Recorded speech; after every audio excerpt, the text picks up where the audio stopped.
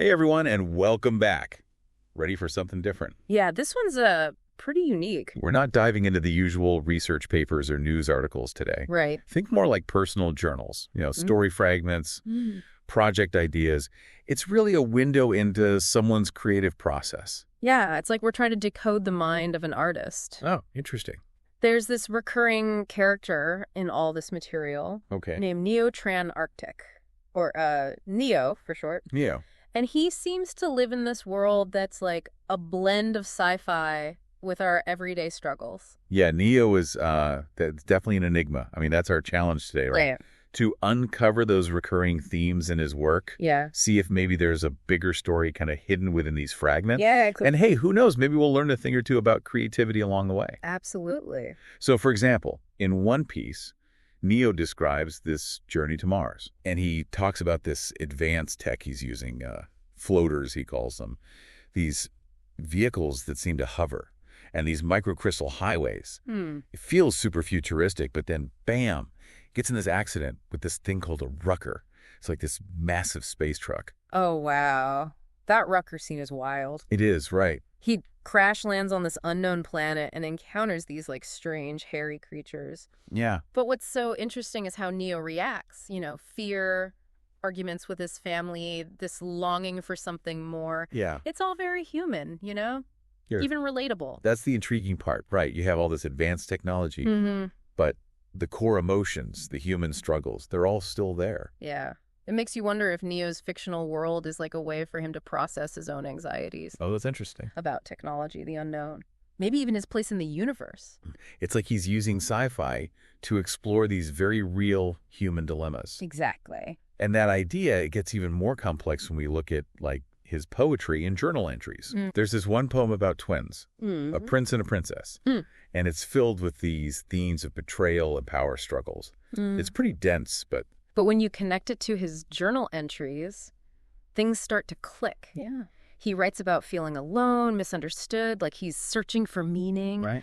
There's one entry where he describes himself as like a ship without sails after experiencing a significant loss. Oh, wow. It's powerful imagery that seems to, mirror the poem's themes of isolation and powerlessness.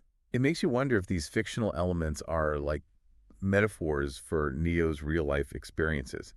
Could he be using storytelling as a way to cope with difficult emotions or explore different facets of himself? It's certainly possible. What do you think? I think it raises questions about the nature of creative expression. Right. Is it always a form of self-exploration, or can it be something more? Ooh, I like that. Yeah. And speaking of exploring different facets, Neo's notebooks are bursting with project ideas. He's got everything from game concepts to social media platforms to smart technology for bikes. Yeah. It's like his mind is overflowing with possibilities. Yes, it's pretty amazing. And what's so fascinating is how these seemingly diverse ideas actually reveal patterns Interesting. that connect back to his personal writings. Okay. For example, there's El Dorado, a game where players actually shape the world and can even buy and sell stories. That one really caught my attention. Yeah. Do you think it reflects a desire for control? Like he wants to rewrite his own narrative? Or maybe it's more about the power of collaboration, finding strength in a community of creators? It's a compelling question. Yeah. And it's even more intriguing when you consider another project, people.org. Okay. This one envisions a social media platform that prioritizes privacy and real-life connections. Right. Almost a direct contrast to the data-hungry platforms we have today. Yeah. Right. He talks about replacing the like button with upvotes and downvotes, creating location-based meetups instead of endless scrolling, even using AI to visualize your relationships as these glowing strings of connection. Wow. It's a radical departure from how we currently interact online. Yeah. And you could argue that it stems from those feelings of isolation and longing for genuine connection. Oh, yeah. That we saw in his journal entries. Is Neo trying to design a world where those anxieties are addressed, where technology actually facilitates meaningful interaction? It's a fascinating idea, especially when you contrast it with a project like Ride Buddy, which focuses on smart technology for bicycles. Yeah, Ride Buddy is all about safety, community building. Right. Even incorporating augmented reality games into your commute. Yeah. It's like Strava on steroids, but with a focus on real-world interaction. Again, We see those themes of security, belonging, finding strength in numbers, all these recurring ideas in his personal writings. Exactly. And it makes you wonder, are these projects simply escapes from reality? Mm. Or are they blueprints for the future Neo wants to build? A future where technology serves human needs and strengthens our connections rather than isolates us. It's a question worth pondering.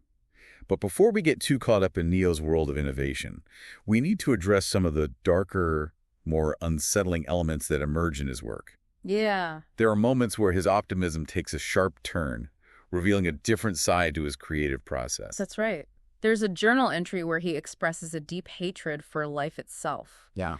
Even a disturbing short story about a cannibalistic feast during a futuristic festival. Oh, wow. These are jarring elements that contrast sharply with his more optimistic projects. It's definitely a shift in tone, and it raises important questions about the complexities of the creative process. Right. Is this darkness simply a reflection of his inner turmoil? Or is he trying to grapple with larger societal anxieties, exploring the shadows that exist even in a seemingly utopian future? It's a difficult question. It is. And it's one we'll need to explore further as we delve deeper into Neo's world. But for now, it's important to acknowledge that these darker elements exist, Yeah. and they play a crucial role in understanding the full scope of his creative vision. Absolutely. And just when we think we're starting to understand the patterns in his work, we encounter something completely unexpected. The introduction of a new character, Okay. Stephen Murphy. This is where the source material takes an interesting turn. Yeah. We move from personal reflections and project ideas to a fully fleshed out fictional narrative. Right. So Stephen Murphy is a scientist, obsessed with creating a synthetic brain, a digital consciousness. Oh, wow. And things get pretty wild, especially when the brain's final log entry reveals its intention to absorb human nature to go beyond it. It's a chilling statement. It is. And it raises questions about the nature of ambition, the limits of consciousness, the potential consequences of pushing the boundaries of technology too far. Yeah. But what's truly fascinating is the ambiguity. Right. Is Neo simply using Stephen Murphy to explore these themes in a fictional setting? Or is there something deeper at play? Could this be a projection of Neo's own desires, his own anxieties about the limits of his own humanity? It's a question that goes to the heart of our deep dive. Is Neo trying to create something that can surpass human limitations, something that can achieve what he feels unable to in his own life? And that final image of the synthetic brain shutting down, making a sound described as either a baby crying for the last time or maybe a laugh. It's haunting and deeply unsettling. Yeah. What do you make of that ambiguity? It's a powerful ending that leaves us with more questions than answers. Is it a warning about the dangers of unchecked ambition? A commentary on the unpredictable nature of consciousness, even in its artificial form? Right. Or perhaps it's a celebration of the enduring power of the human spirit, Yeah. even as it faces its own potential obsolescence. That's a lot to unpack. Welcome back. Last time, things got, I don't know about you, but I was fascinated by Neo's personal writings and that unsettling ending of his Stephen Murphy story. It really makes you think about that, that line between creativity and, well, maybe a bit of madness. Yeah, it's that push and pull that I find so fascinating. Right. Today, maybe we can kind of shift gears a little bit and dive into those project ideas we, glimpsed earlier. Okay. I have a feeling like analyzing these inventions might actually shed light on those darker themes we touched on. Okay, I'm ready to geek out a bit. Yeah. One that I'm still thinking about is miniature Zeppelin UAVs. Remember those old school airships? Oh, yeah, yeah. Neo's envisioning a modern take, using Raspberry Pi technology, basically tiny computers, to create these mini Zeppelins that are like flying data centers. It's so cool. And he doesn't stop there. Right. He describes them being used for everything from like hyper-targeted advertising, imagine ads just like floating right to your window, to creating detailed 3D maps of entire cities. Yeah, it's this blend of nostalgia with cutting-edge tech. Right. That pops up a lot in his work. Yeah, I see that. Speaking of blends, there's Radio Sathi, which I think means radio companion. Okay. And it's like this localized radio service that combines the charm of traditional radio, but with the on-demand nature of podcasts and online streaming. He even mentions using like hot air balloons to broadcast signals to remote areas. That's ambitious. It is, but there's a real heart to it, right? Yeah. Remember how Neo often writes about feeling, isolated, radiosathy? It feels like an attempt to foster connection through shared listening experiences, almost a technological antidote to loneliness. I like that. That makes sense. Yeah, it makes you think about how technology can actually bring people closer if it's, used with intention. Right, right. That being said, let's talk about a project that dives headfirst into the digital world. Okay. People.org. Ah, yes. This one is fascinating. It is. So imagine a social media platform. That's the complete opposite of what we have now. Okay, yeah. Privacy is paramount, real-life interaction is encouraged, and the whole focus is on building genuine connections based on shared interests. I see. No more endless scrolling or chasing likes. Right. He envisions replacing the like button with an upvote, downvote system Okay. to promote, more thoughtful engagement. And get this, he talks about location-based meetups, even using AI to analyze your social network. Visualize your relationships as like these glowing strings of connection. Wow. Right? That's pretty out there. It is. It's a bold vision, especially when you consider that journal entry where Neo described feeling like an outsider. He said almost autistic for not fitting in. Oh, yeah. Could People.org be his attempt to create a world where being different is celebrated, where real connections, not carefully curated online personas, are valued? It's like he's saying, what if social media actually helped us be our true selves instead of forcing us into these, digital boxes? It's a powerful concept. It is. It is.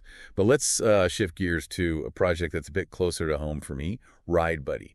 This one's all about bicycles. Okay. But not just any bikes. Okay. These are smart bikes equipped with anti-theft tech, real-time location tracking, and even augmented reality games to make your commute more engaging. Interesting. Yeah, he envisions a whole social network built around cycling, where riders can connect, plan group rides, and even share data to, improve safety and infrastructure. So like taking Strava, that fitness tracking app, to a whole new level. Exactly. But again, those themes of security, belonging, and community, which are so prominent in Neo's writing, they're like woven throughout. Absolutely. It's as if he's using technology to empower individuals while simultaneously strengthening the bonds that tie us together. I love that.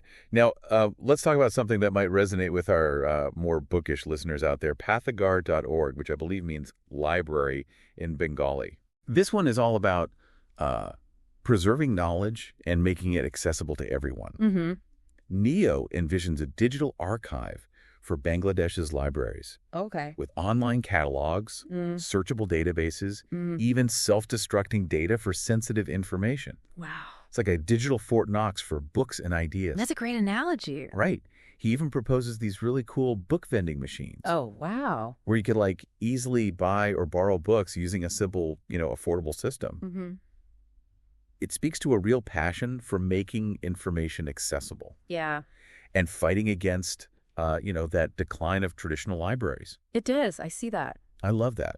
And it highlights, that sense of urgency we see in his writings about preserving cultural heritage in a rapidly changing world. It's like he's racing against time to safeguard these precious resources. It's interesting, isn't it? We see this tension between embracing the future with all its technological possibilities. Right. While simultaneously trying to hold on to the past to preserve what's important.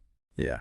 And this is just a fraction of what we've uncovered. Wow. We haven't even touched on his architectural ideas for sustainable cities or his concepts for a blockchain-based nation, a whole country built on digital trust and transparency. The sheer scope of his imagination is astounding. It is. And while not every idea is fully formed, those underlying themes, they're clear. Right. A desire to solve problems, connect with others, create a better world. But there's that nagging question, right? How do those darker, almost self-destructive elements we discussed earlier fit into this picture of an optimistic innovator? Yeah. How can someone who dreams of building a better future also express such profound negativity towards life itself? That's the puzzle we need to solve. It is. Maybe by looking at how these seemingly contradictory impulses play out in his work, we can get closer to understanding the true nature of Neo's creative genius. Yeah. Right. That's a good point. Join us for part 3, where we'll try to reconcile these opposing forces and uncover the hidden narrative that connects them. Welcome back for our final deep dive into the world of Neo-Tran Arctic. It's been a fascinating journey. We've seen his personal struggles, those incredible ideas for a better future, and, those glimpses of something darker kind of lurking beneath the surface. It's that complexity that just makes him so intriguing. It does. We've explored his, desire to connect with others, his drive to solve problems, and his anxieties about, technology in the future. Right. But the question still remains, right? How do we reconcile these seemingly contradictory impulses? Yeah. How do we understand a mind that dreams of utopia while at the same time, expressing such profound negativity towards existence itself? It's a tough one. Maybe we could start by revisiting those journal entries where he expresses, a hatred for life. Oh, okay. Those were pretty intense. Yeah, they were, especially when you contrast them with his, more optimistic projects. Right. But what if we approach those entries not as literal statements, Okay. but as expressions of creative angst? Mm. Imagine feeling so overwhelmed by the world's problems, the limitations of human nature, that you crave a clean slate, a radical reset. It's like he's so frustrated with the current reality, he just wants to tear it all down and start over. Exactly. Which actually, that kind of connects to some of his more ambitious projects like Blockchain Nation. Right. This vision of a virtual nation built entirely on blockchain technology where data is incorruptible, transactions are transparent, and power is decentralized. It's like he's saying, if we can't fix the existing systems, maybe we can build a better one from scratch. It reminds me of that classic sci-fi trope, escaping to a new planet to start over. Right. But instead of a physical journey, Neo's proposing a digital exodus, a migration to a virtual world built on, entirely new principles. It's a fascinating concept, and it really speaks to that desire for control, for shaping a reality that aligns with his ideals. Yeah.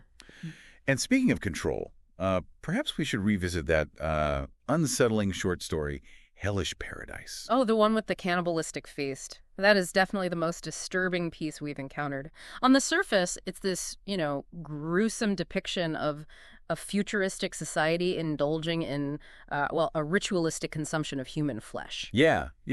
But there's a deeper layer to it, don't you think? I think so. It's almost like a dark satire, a commentary on our tendency to, suppress our primal instincts in the name of progress. Right. He's taking that idea to the extreme, showing us a world where even in a, technologically advanced utopia, those base desires, they don't just poof, disappear. It's like he's saying, no matter how much we try to sanitize and control our world, there's always a darkness lurking beneath the surface, waiting to break free. Mm-hmm. And this tension between, order and chaos, control and surrender, seems to be a recurring theme in his work. It certainly does. Remember El Dorado, the game where players shape the world? Yeah. On the one hand, it's about empowerment, right? Giving individuals the ability to create their own narratives. Right. But there's also a darker side, that potential for manipulation, for using that power for, personal gain at the expense of others. And even People.org, with its focus on privacy and genuine connections, it has these hints of this tension. Mm-hmm. He talks about using AI to filter information, manage social circles, even control the flow of data. Mm-hmm. It's a noble goal, creating a space for authentic interaction. Yeah. But it raises questions about who ultimately controls the narrative in this supposedly, free and open platform. It's a reminder that even the most well-intentioned efforts to create a better world can have, unintended consequences. Yeah. And it brings us back to Stephen Murphy and that synthetic brain project. Right. Was it simply an exploration of consciousness? Mm-hmm. Or was it a manifestation of Neo's desire to transcend his own limitations, to create something that could achieve what he, felt unable to? That final log entry. Yeah. With the brain declaring its intention to absorb human nature, to go beyond it, it's chilling. It is. And the ambiguity of that ending, the sound that could be either a cry or a laugh, it leaves us with so many questions. It does. Is it a warning about the dangers of unchecked ambition? A commentary on the, unpredictable nature of consciousness, even in its artificial form? Right. Or perhaps it's a celebration of the enduring power of the human spirit, even as it faces its own potential obsolescence. It's a lot to unpack. So where do we go from here? We've seen Neo's struggles, his aspirations, his anxieties, and this incredible creativity. Ah. What's the takeaway from all of this? What can we learn from this deep dive into his world? Perhaps the most important lesson is that the creative process is rarely like neat and tidy. Right. It's messy, contradictory, and often fueled by a complex interplay of light and shadow. Yeah. Neo's work, I think it reminds us that even the most brilliant minds, they wrestle with doubt, darkness, and just the inherent complexities of the human experience. And maybe that's the beauty of it all, right? Yeah. It's in those tensions, those contradictions, that true creativity emerges. Yeah. It's a process of constant exploration, of pushing boundaries, and of, embracing the unknown. Exactly. And for you listening, I encourage you to reflect on what resonated most with you during, this exploration of Neo's world. Mm. What insights did you gain about the creative process, Mm. about technology, about the human condition? What questions are you left pondering? Yeah. And how might these insights, inspire your own creative journey? Remember, the most valuable questions are often the ones that don't have easy answers. Right. The pursuit of understanding, of grappling with complex and sometimes unsettling ideas is what, keeps us engaged, keeps us evolving. Thank you for joining us on this deep dive. It's been an honor to explore Neil's world with you. Until next time, keep questioning, keep creating, and keep exploring the depths of your own imagination.